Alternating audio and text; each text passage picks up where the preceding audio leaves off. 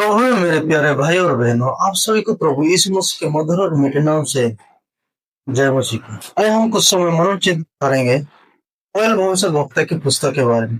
इस पुस्तक का लेखक परिचय इस प्रकार होता है। ओएल इब्रानी भाषा का एक प्रचलित नाम है जिसका अर्थ यहोवा ही परमेश्वर है। यो का मतलब यहोवा होता है और एल का मतलब परमेश्वर होता है। ओएल के विषय में विशेष जानकारी या उसकी व्यक्तिगत जानकारी धर्मशास्त्र में या अन्यत्र कहीं नहीं मिलती है। ये पतनेल का पुत्र था, परंतु पतनेल को पुरातन नियम में अन्यत्र कहीं ज्यादा चर्चा नहीं किया गया। ऐसी संभावना है कि ओएल नबी यहूदा या यरूशलेम के आसपास कहीं रहता था। वो इस क्षेत्र से पूर्ण रीति से परिचित जान पड़ती है। उसने यह जगह को बार बार संबोधित किया है। इससे यह अनुमान लगाया जाता है कि वो स्वयं भी याजक के पद पर रहा होगा। ओएल ने बड़ी निडरता, साहस, उत्साह, स्पष्टता से लोगों को प्रस्ताव के लिए आह्वान किया। इस पुस्तक का लेखन काल, पुस्तक के लेखन काल की तिथि निर्धारित रूप से निर्धारित करना कठिन है, क्योंकि इसमें किसी इस्राएली राजा या विदेशी राष्ट्र का नाम नहीं मिलता है। प्रमुख प्रचलित मत के अनुसार इसका लेखन काल 835 से 796 ईसा पूर्व के लगभग बालक राजा वास के शासनकाल या उसी राजा के आरंभिक समय पर माना जाता है। तिथि के निर्धारण से कथन की व्याख्या पर कोई प्रभाव नहीं पड़ता।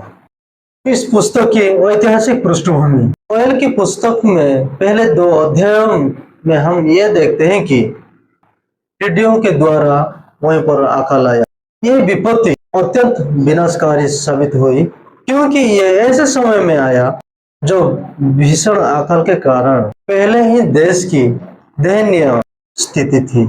इस भारी विनाश को ओएल नबी ने यहूदा के पापों के कारण और परमेश्वर का न्याय बताया। उसने लोगों को ये आशा भी दिलाई कि यदि वे सच्चे हृदय से पश्चाताप करेंगे तो परमेश्वर उन्हें क्षमा करेगा और आशीषों से भरपूर करेगा। उसने ये भी भविष्यवाणी की कि न्याय के दिन बचा के लोग अपने शत्रु पर विजय प्राप्त करेंगे और सभी शत्रु नाश किए जाएंगे। इस पुस्तक की रूपरेखा, जो पहला है टिड्डियों की महामारी, परमेश्वर का न्याय के प्रतीक। दूसरा जो है पश्चाताप के लिए नबी का आह्वान तथा प्रार्थना। तीसरा है पश्चातापियों को परमेश्वर की क्षमा तथा आशीष और दुष्ट पर परमेश्वर का न्याय और दंड। इस पुस्तक की विशिष्टताएं क्या है? ओएल तथा आमोस के कुछ स्थल, ओएल अध्याय 3 16, आमोस 1 का 2, ओएल 3 का 18, आमोस 9 का 13। समानता मालूम पड़ती है। ऐसा समझा जाता है कि आमोस को अपने पुस्तक लिखने से पहले ओएल की पुस्तक के जानकारी थी।